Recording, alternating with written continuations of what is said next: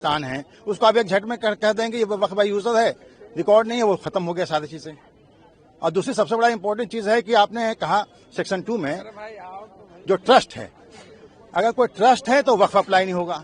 भाई हमारे यहाँ जितनी यूनिवर्सिटी हैं, कॉलेजेस हैं, सब में मस्जिदें हैं, मदरसा हैं और उसके अंदर कब्रिस्तानें हैं, वक्फ किया हुआ है, उसमें बहुत सारी चीजें। आप एक झटके में कैसे कह दें कि वक्फ खत्म हो जाएगा? सबसे बड़ा चीज तो यह है कि आप जो अमेंडमेंट हुआ इसमें सेक्शन 3 में, पार्लियामेंट में अमेंडमेंट जो हुआ उसमें यह कह दिया गया कि भाई जो एंशिएंट मॉन्यूमेंट्स हैं वक्फ से बाहर हो जाएंगे, वक्फ एक्ट अप्लाई नहीं होगा। मतलब एक झटके में पूरा हिस्ट्री जितने 200 साल 500 साल पुराने जो हमारे वक्फ किए हुए, वक्फ क्या है? वक्फ मुसलमानों का एक अपना मजहबी एस्टेब्लिशमेंट है और ये इस्लाम का एक बहुत खास जुज्व है, मतलब कि इंपॉर्टेंट चीज है, फंडामेंटल राइट्स है। आर्टिकल 25, 26 आप जो फंडामेंटल राइट्स जब संविधान में दिया गया है, इस चीज में आपको वक्फ का भी अधिकार है चैरिटी पर्पज से। इसमें लिखा हुआ है कि अगर कोई ऐसा अधिकार या कोई ऐसा रिलीजियस पर्पस जैसे पब्लिक ऑर्डर या हेल्थ या सिक्योरिटी को अगर खतरा है तब सरकार कोई उस पर रिस्ट्रिक्शन के लिए कानून बना सकती है।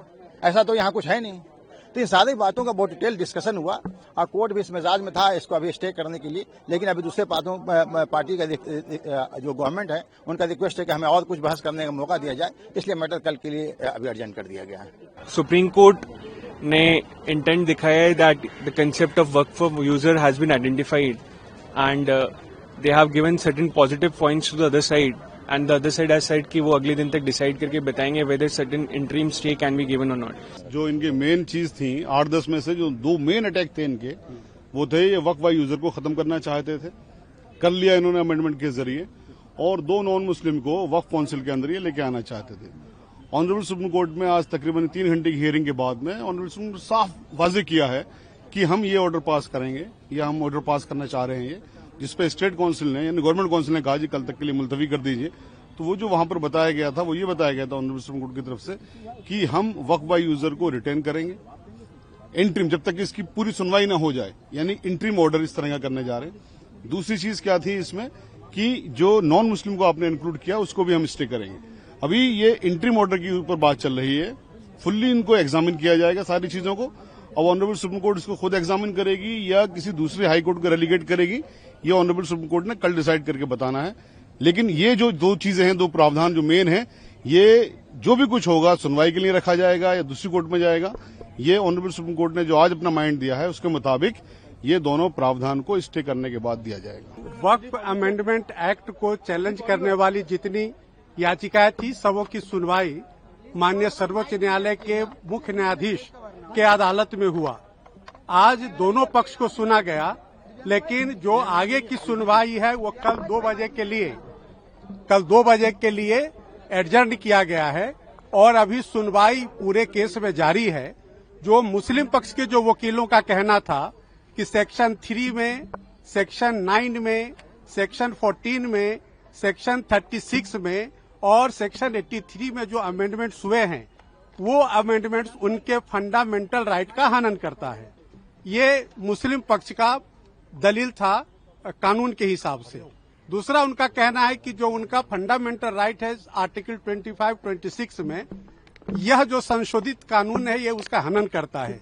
लेकिन भारत सरकार के तरफ से सॉलिसिटर जनरल और हम लोग जो समर्थक इस संशोधन के हैं, हम लोग के तरफ से जो सीनियर एडवोकेट्स और हम लोगों ने भी अपनी बात रखी कि जो अमेंडमेंट है वो बिल्कुल संविधान सम्मत है और उसमें के अमेंडमेंट को जब आप देखेंगे, चाहे वो सेक्शन 3 का अमेंडमेंट हो, सेक्शन 9 का अमेंडमेंट हो, सेक्शन 14 का अमेंडमेंट हो, सेक्शन 36 का अमेंडमेंट हो, 83 में, तो कोई भी फंडामेंटल राइट का हनन नहीं हो रहा है।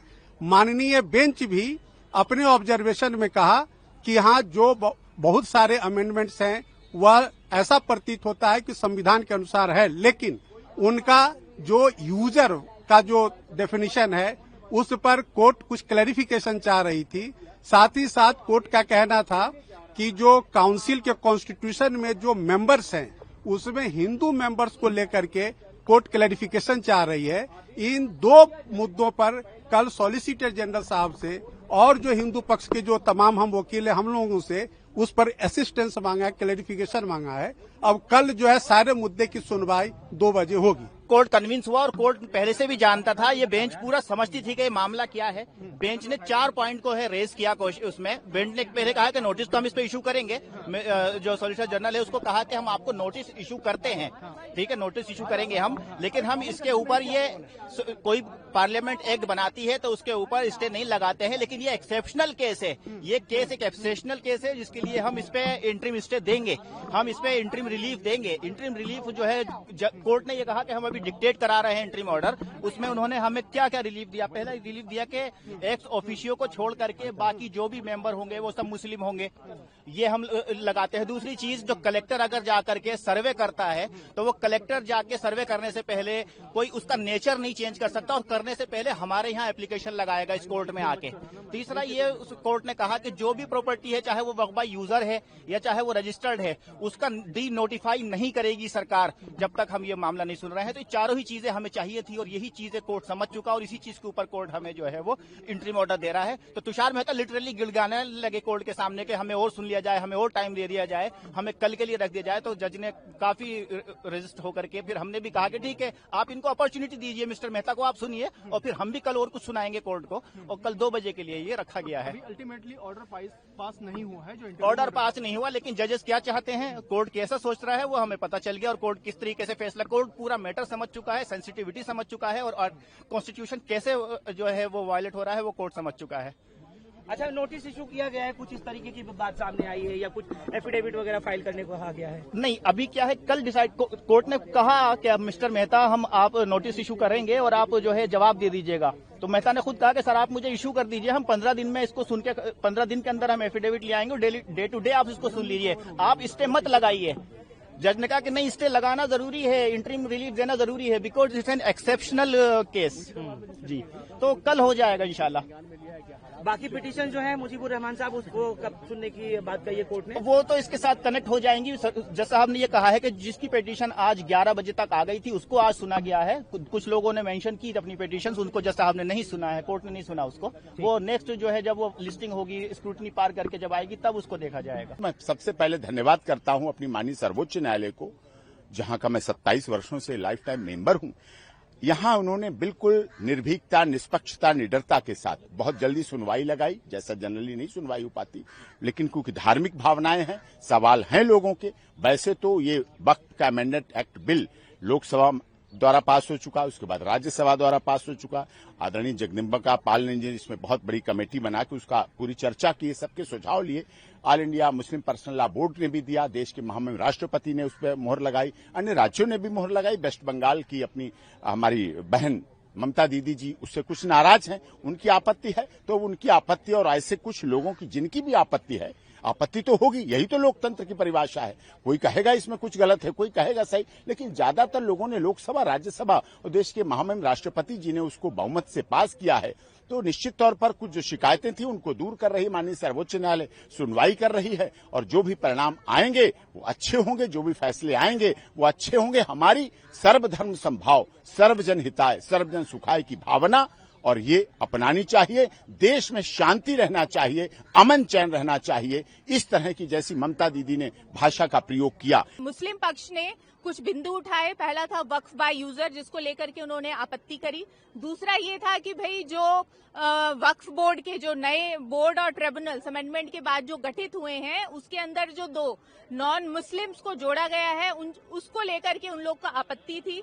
तो यहाँ पे हमारा हिंदुओं पक्ष का ये कहना है न्यायालय के समक्ष कि देखिए 1995 के वक्फ बोर्ड में ये था कि वक्फ बोर्ड ओपनली ये कहता है कि अगर कोई भी गैर मुस्लिम वक्फ बोर्ड को संपत्ति डोनेट कर सकता है, वो किसी भी गैर मुस्लिम से संपत्ति लेने के लिए तैयार है। पर अगर कोई भी गैर मुस्लिम वक्फ बोर्ड या ट्रिब्यूनल का हिस्सा बनता है, वो उनको आपत्ति है। तो इस चीज को लेकर के उन्होंने मुद्दा उठाया, जो हमारे अधिवक्ताओं ने, हमने उस चीज का पुरजोर विरोध किया। उन्होंने पूरी कोशिश करी कि आज स्टे लगे, तो उसमें भी वो नाकाम रहे। दूसरा, माननीय दिल्ली हाईकोर्ट के समक्ष भी बहुत सारी ऐसी याचिकाएं पेंडिंग है जहां पे पहले पिछले वक्फ बोर्ड को चैलेंज किया गया है। और दूसरा जो सबसे बड़ा बात यह है कि जब कमेंट्स में जजेस ने कमेंट में ये भी कहा कि एक समय में दिल्ली हाई कोर्ट की प्रॉपर्टी को भी वक्फ बोर्ड कह करके क्लेम किया जा रहा था।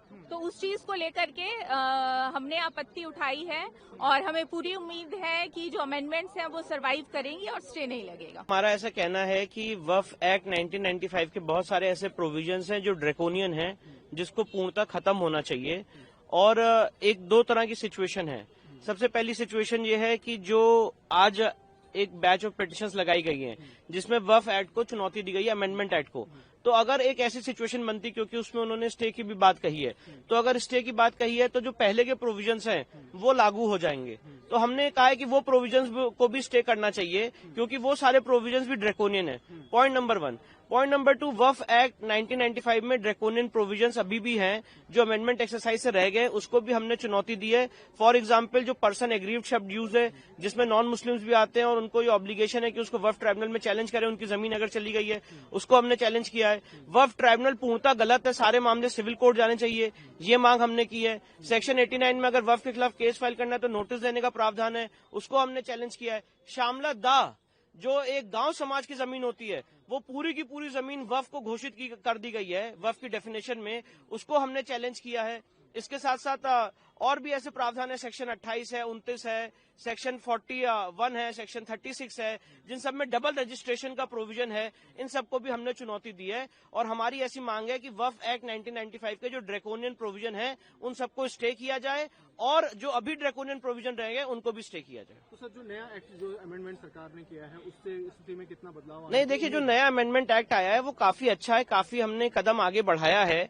जैसे सेक्शन 3B आया है, 3C आया है, 3D आया है, वक्फ बाय यूजर को खत्म किया गया है और जो पूर्व में वक्फ बाय यूजर है, अगर उस पर डिस्प्यूट है तो वक्फ बाय यूजर नहीं माना जाएगा, ये सब उसमें मेंशन है। सारे वक्फ के डॉक्यूमेंट्स का दस्तावेज सबमिट करने का मैंडेट दिया गया सेक्शन 3B में। सेक्शन 3C में कहा गया कि सारी सरकारी संपत्ति वापस ली जाएंगी। सेक्शन 3D में कहा गया कि वक्फ का जो कानून है वो ASI संपत्तियों पर लागू नहीं होगा और वक्फ बोर्ड जो है उसमें जो उसका कॉम्पोजिशन है उसको भी बदला गया है। तो काफी बेहतर चीजें हैं, पर कुछ कुछ चीजें रह गई हैं, उसको हमने माननीय सर्वोच्च न्यायालय के सामने चुनौती दी है। दूसरा जो पक्ष है, जो मुस्लिम पक्ष से कहें तो उनका कहना है कि एक्ट अमेंडमेंट गलत है, उससे उनके हित प्रभावित होंगे, आप क्या कहते हैं? नहीं, देखिए, मेरे हिसाब से तो अमेंडमेंट एक्ट सही है और अमेंडमेंट एक्ट इस समय जो हित प्रभावित हो रहे हैं वो हिंदू समाज के हो रहे हैं, जो अन्य समाजों के हित प्रभावित हो रहे हैं। अगर ये कहना कि उनका हित प्रभावित हो रहा है तो मुझे तो उसमें कोई ऐसा प्रोविजन लगता ही नहीं है।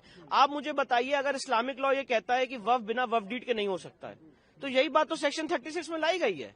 अगर वक्फ बाय यूजर का कंसेप्ट कोई भी किसी भी इस्लामिक लॉ में नहीं है, ना किसी माननीय कुरान में है, ना हदीस में है, तो फिर उसमें क्या दिक्कत है? यही बात तो इस प्रोविजन में लाई गई है।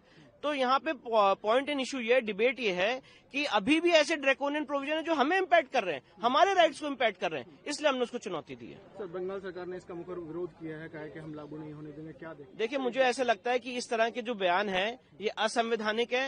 ये सेंट्रल एक्ट है, केंद्रीय कानून है और हर सरकार का ये दायित्व है स्टेट गवर्नमेंट का कि वो सेंट्रल एक्ट को इम्प्लीमेंट करे, लागू करे। हमारे साथ जुड़े रहने के लिए सब्सक्राइब करें देश रोजाना के YouTube चैनल को और नई वीडियो की नोटिफिकेशन पाने के लिए बेल आइकन जरूर दबाएं। अगर आप ये वीडियो Facebook या Instagram पर देख रहे हैं तो पेज को लाइक और फॉलो जरूर करें और ज्यादा से ज्यादा शेयर करें।